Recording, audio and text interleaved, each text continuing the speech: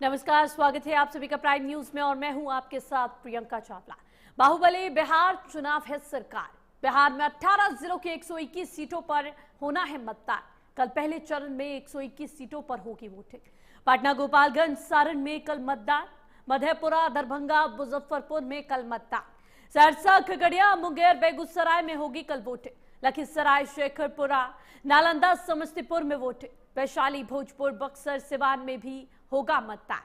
बिहार विधानसभा चुनाव 2025 के पहले चरण का मतदान 6 नवंबर को 18 जिलों की 121 सीटों पर होगा।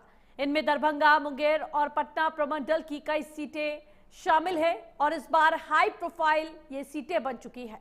ऐसे में इन सभी सीटों को लेकर यहाँ पर सभी की नजरें भी इन सीटों पर कौन जीतता है इस पर टिकी हुई है। 121 सीटों पर ये चुनाव होगा। 18 जिलों की 121 सीटें ये होंगी।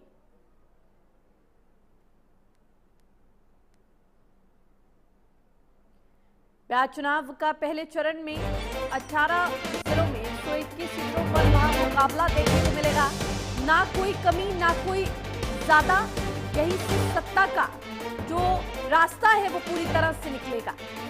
बिहार विधानसभा चुनाव 2025 के पहले चरण का रन पूरी तरह सज चुका है। तो 121 सीटों पर मतदान 6 नवंबर को होगा और 3 करोड़ 75 लाख से ज्यादा मतदाता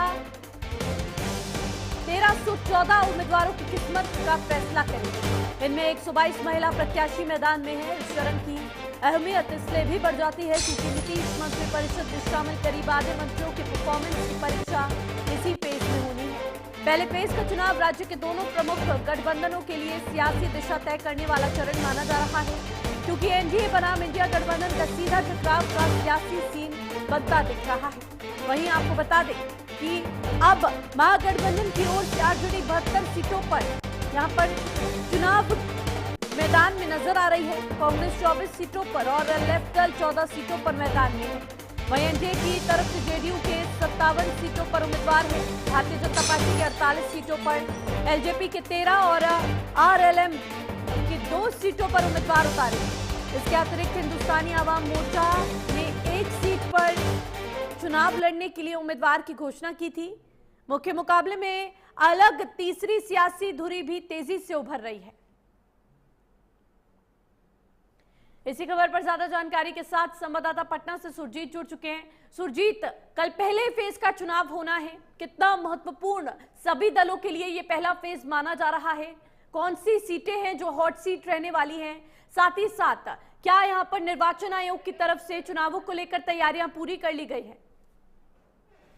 जी प्रियंका, बिल्कुल। कल जो है बिहार विधानसभा चुनाव के पहले चरण के लिए मतदान होना है और इसमें जो है बिहार के 18 जिलों के 121 सीटों पे मतदान होना है। और यहाँ पे आपको बता दें कि इस मतदान की जो प्रक्रिया कल होने वाली है, जिसमें 3 करोड़ 75 लाख जो है मतदाता 1314 जो उम्मीदवार है उनकी किस्मतों का फैसला जो है कल ईवीएम में बंद करेंगे। और आपको बता दें कि इन विधानसभा सीटों में जो है बिहार सरकार के 16 मंत्री हैं जिनकी किस्मत कल दांव पे लगेगी और जो है उनके भाग्य का फैसला जो है मतदाता यहाँ पे करते हुए नजर आएंगे। और इस मतदान के लिए चुनाव आयोग ने सारी तैयारियां जो है मुकम्मल कर ली है और इसमें इस मतदान की जो प्रक्रिया है इसमें किसी प्रकार की कोई गड़बड़ी न हो, उसके लिए सुरक्षा के भी चाक चौबंद इंतजाम किए गए हैं और सारे जो मतदान केंद्र है वहां से वेबकास्टिंग की सुविधा की गई है और उस पर जो है चुनाव आयोग की नजर रहेगी और कोई किसी प्रकार की कोई गड़बड़ी न हो, इसके लिए चुनाव आयोग तत्पर है। और चुनाव आयोग की ये तत्परता भी है कि इस बार जो है मतदान का प्रतिशत कम से कम 70% यहाँ पे बिहार में होगी। जी सुरजीत, क्योंकि बड़ा सवाल फिलहाल यही उठ रहा है, कुछ और सीटें हैं क्योंकि जेडीयू की तरफ से भी कई मंत्रियों की परफॉर्मेंस ये सीटें तय करने वाली है। एनडीए की तरफ से अपने तमाम प्रत्याशी उतारे गए हैं। कांग्रेस की बात करें या फिर आरजेडी की बात करें, तमाम उम्मीदवार यहाँ पर उतारे गए हैं। तो ऐसी कौन सी हॉट सीट है जिसको लेकर दोनों ही यहाँ पर दलों के बीच सत्ता का रास्ता आगे के लिए भी साफ होता नजर आएगा या फिर मुश्किलें बन जाएंगी? जी प्रियंका, अगर हॉट सीट की बात करें तो बिहार में एक मोकामा सीट है जो अभी काफी हॉट सीट बना हुआ है और पटना में जो है दानापुर सीट, वहां पे भी और काफी मुकाबला दिलचस्प होता हुआ दिख रहा है क्योंकि वहां पे अपने उम्मीदवार को जिताने के लिए लालू प्रसाद को चुनावी अखाड़े में उतरना पड़ा और अगर हम मोकामा की सीट की बात करें तो मोकामा सीट पे जो है अनंत कुमार सिंह जो है जेडीयू के उम्मीदवार, उनकी गिरफ्तारी हो चुकी है हत्या मामले में। और उसके अलावा बात करें तो समस्तीपुर में उजियारपुर सीट है, जहाँ पे भी नीतीश कुमार के काफी करीबी रहने वाले विजय चौधरी चुनावी मैदान में। इसी तरीके से दरभंगा की बात करें तो दरभंगा में जो है कल अंतिम समय में जो जी बीजेपी के राष्ट्रीय अध्यक्ष हैं वो संतोष सहनी, उन्होंने अपना समर्थन जो है आरजेडी के उम्मीदवार को दे दिया। और यहाँ पे कई ऐसी सीटें हैं जहाँ पे भी आज भी, क्योंकि अभी आज जनसंपर्क का अभियान चलना है, और कई ऐसी सीटें हैं जो एनडीए महागठबंधन की तरफ से, जिसमें की फ्रेंडली फाइट होने की संभावनाएं दिख रही थी। और वहाँ पे अभी भी सहमार्ग का खेल चल रहा है कि किसी भी तरीके से उन जो रुके हुए उम्मीदवार हैं उनको मना लिया जाए, ताकि जो है इस चुनाव में उनको नुकसान उठाना नहीं पड़ेगी। जी बिल्कुल सुरजीत, तमाम यहाँ पर सभी की निगाहें टिकी हुई हैं। पहले चरण का जो ये मतदान होगा किस तरह से होगा। सुरजीत बने रहिए हमारे साथ, आगे खबरों में चर्चा आपके साथ करेंगे। आज बिहार में फिर प्रचार करेंगे सीएम योगी, गया और सासाराम में सीएम योगी करेंगे रैली। एनडीए प्रत्याशियों के लिए करेंगे प्रचार, दूसरे चरण के लिए प्रचार करेंगे मुख्यमंत्री योगी आदित्यनाथ। बिहार में कल पहले चरण के लिए वोटिंग होनी है। ऐसे में आज फिर मुख्यमंत्री योगी आदित्यनाथ की तरफ से आज बिहार में फिर से प्रचार का ये दौर जारी रहेगा और दूसरे चरण के लिए यहाँ पर प्रचार प्रसार मुख्यमंत्री योगी आदित्यनाथ की तरफ से किया जाएगा। गया और सासाराम में मुख्यमंत्री योगी आदित्यनाथ रैली करेंगे और एनडीए प्रत्याशियों के लिए प्रचार करेंगे। दूसरे चरण के लिए ये प्रचार मुख्यमंत्री योगी आदित्यनाथ की तरफ से किया जाएगा।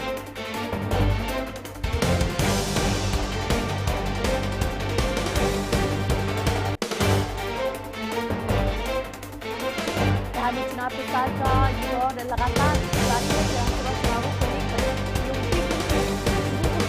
और चुनाव प्रचार की कवायद फिलहाल जारी है और मुख्यमंत्री योगी आदित्यनाथ आज फिर 2 रैलियां बिहार में करेंगे। गया और सासाराम में ये रैलियां की जाएंगी। और आपको बता दें मुख्यमंत्री योगी आदित्यनाथ इस दौरान एनडीए प्रत्याशियों के लिए ये प्रचार करेंगे और जन समर्थन जुटाने का प्रयास करेंगे। इसी खबर पर ज्यादा जानकारी के साथ संवाददाता पटना से सुरजीत जुड़ चुके हैं। सुरजीत, आज फिर मुख्यमंत्री योगी आदित्यनाथ बिहार के दौरे पर रहने वाले हैं, 2 बड़ी रैलियां करने वाले हैं, क्या कुछ तमाम जानकारी?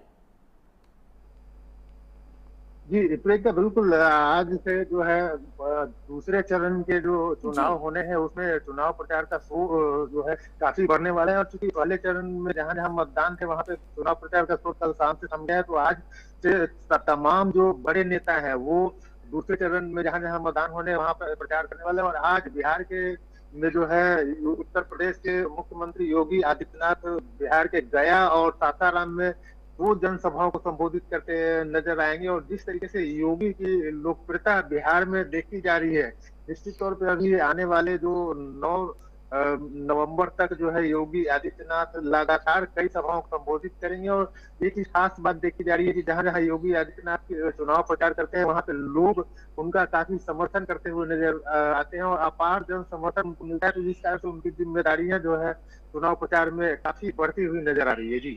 जी बिल्कुल, लगातार मुख्यमंत्री योगी आदित्यनाथ पूरे जोर शोर से एनडीए के प्रत्याशियों के पक्ष में समर्थन जुटाने का प्रयास कर रहे हैं। ऐसे में बड़ी रैलियां यहाँ पर पहले चरण के लिए भी सीएम की तरफ से की गई। ऐसे में अब दूसरे चरण का भी प्रचार यहाँ पर एनडीए की तरफ से शुरू हो गया है, जो कि काफी जल्दी माना जा रहा है। सुरजीत, महागठबंधन की तरफ से क्या इस तरह की आज कोई बड़ी रैली की जाएगी या फिर सीएम योगी आदित्यनाथ की तरफ से क्या आज चुनावी रण में, चुनावी प्रचार के रण में मैदान में कोई उतरने वाला है? जी प्रियंका, बिल्कुल आज अगर हम बात करें तो सिर्फ एनडीए के ही नहीं, महागठबंधन के भी तमाम बड़े नेता है जो जहां दूसरे फेज में यहाँ मतदान होना है उसके लिए चुनाव प्रचार में आज उतरने वाले हैं। और आज अगर हम बात करें तो महागठबंधन के जो तेजस्वी यादव हैं वो धुआंधार प्रचार करते हुए नजर आएंगे। और आज वो 12-13 जो जनसभाएं हैं उनको संबोधित करते हुए नजर आएंगे। वहीं अगर एनडीए की बात करें तो एनडीए के भी तमाम बड़े चेहरे आज जो है बिहार विधानसभा चुनाव में प्रचार करते हुए नजर आएंगे। और योगी आदित्यनाथ के साथ साथ यहाँ पे जो है जेपी नड्डा जी भी हैं और धर्मेंद्र प्रधान हैं। और उनके बाद जो मध्य प्रदेश के मुख्यमंत्री मोहन यादव यहाँ पे चुनावी मैदान में है। उसके बाद फिर यहाँ पे रवि किशन है, मनोज तिवारी है, पवन सिंह है।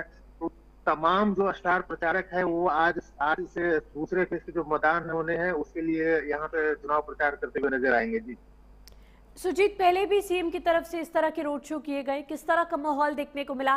क्योंकि अब इस दौरान क्योंकि चुनाव चल रहे हैं, आरोप प्रत्यारोप का सिलसिला जो जारी है वो देखने को मिल रहा है, लेकिन कुछ ऐसे तंज भी सीएम की तरफ से कसे गए हैं जो बिहार की जनता ने बेहद पसंद किए। पप्पू टप्पू और इस तरह के बयानबाजी भी सीएम की तरफ से की गई। सुरजीत,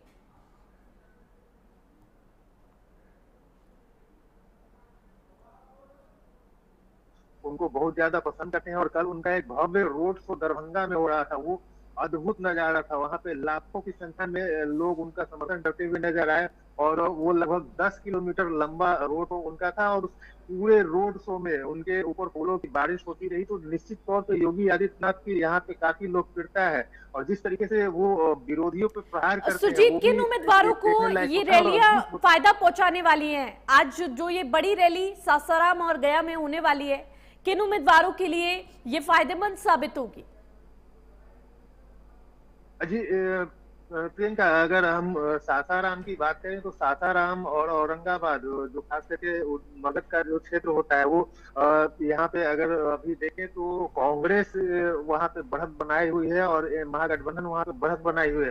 फिलहाल उन सीटों पे अगर योगी आदित्यनाथ चुनाव प्रचार करते हैं तो निश्चित तौर पे वहाँ पे जो है एनडीए को अच्छा खासा फायदा पहुंचेगा और शायद इसीलिए जो बीजेपी की जो शीर्ष नेतृत्व है वो योगी आदित्यनाथ को वहां पर जिम्मेदारी सौंपी है और मुझे लगता है कि योगी आदित्यनाथ अगर सासाराम और गया में जनसभा को संबोधित करेंगे और रोड शो करेंगे तो निश्चित तौर पे वहां पे एनडीए के जो उम्मीदवार हैं उनको फायदा पहुंचेगा। जी बिल्कुल सुरजीत, देखने वाली बात होगी। तमाम जानकारी के लिए आपका बहुत बहुत शुक्रिया। और बिहार से इस वक्त की बड़ी खबर, पूर्णिया में 3 लोगों की संदिग्ध हालत में मौत